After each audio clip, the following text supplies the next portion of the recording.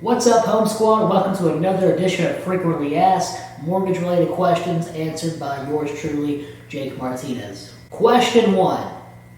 What would it be like if the Astros beat the Rangers in Game 7? I guess we'll never know.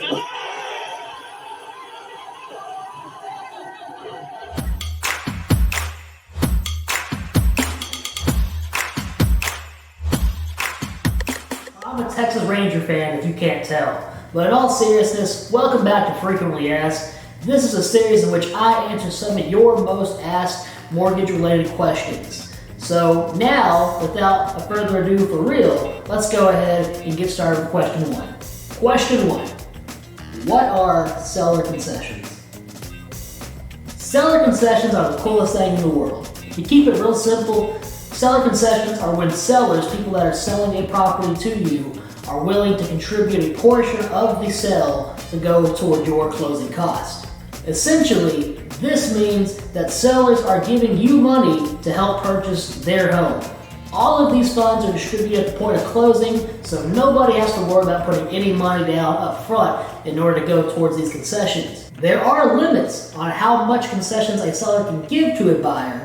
However, those differ depending on what kind of loan that you pursue. In most instances, sellers are allowed to contribute up to at least 3% of the home's price or worth to go towards your seller concessions. In most cases, we find the average closing cost for buyers amounts to about 3% of the home's value. This means that essentially, through the use of seller concessions, all of your closing costs can be covered from the seller. You don't have to worry about it at all. Now, seller concessions are not required by any seller whatsoever. These are completely optional and should be used only as a negotiation tool to help you, the buyer, get into a seller's home. Again though, in today's market, which is slower than it used to be, homes are not selling as quickly as they used to be. Sellers will often use seller concessions in order to get you to come buy their home.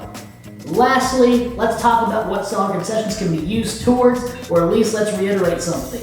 Seller concessions can be used to go towards your closing costs or anything associated with that. So this can be your normal origination, title fees, all that good stuff. This can even be used to discount or lower your interest rate. This cannot be used to go towards your down payment. You, the buyer, will still be responsible with coming up with your required minimum down payment. Question 2. What is the job requirements to get a loan? This is a good question, and there's actually a lot of different things that we can discuss with this, and trust me, I don't want to take up too much of your time, so I won't. But I'll answer this as concrete or as simply as possible. There are different rules in place for different types of income. You can have self-employed, you can have commission, you can have base, salary, all that good stuff. To answer this question though today, let's focus on a scenario in which somebody is paid hourly or salary, which is the majority of the people that are out looking for homes. It is required that you have at least a 2 years worth job history. Now don't get it twisted, that does not necessarily mean that you have to have been working for 2 full years. Any educational courses can be used to go toward your job history. This means that if you were a college student working towards a degree that is related to your current job, you can use your time as a student as part of your job history. The same thing can be said for anybody that must be certified in order to do a specific skill. Any time spent attempting to become certified or getting any type of continued education can be used towards your job history. Any gap in between work or education will need to be explained in the form of a letter of explanation. There will need to be a legitimate purpose between the gap of time in order to have that be used in your work history. Again, there are other rules that apply to self-employed or commission-based workers. However, the same general rules apply. We do want to try to see at least a 2 years worth of work history in order to use that income.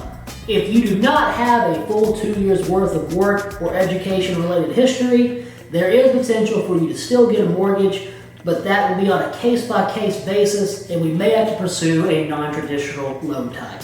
That's going to be it today, folks. As always, I hope that this video and the rest of my content helps you out in some way or form. If you are interested in starting your home purchasing dream, please give me a call or text at 940-389-5443. I would love to have a chat with you and talk about what your options are considering your unique circumstance.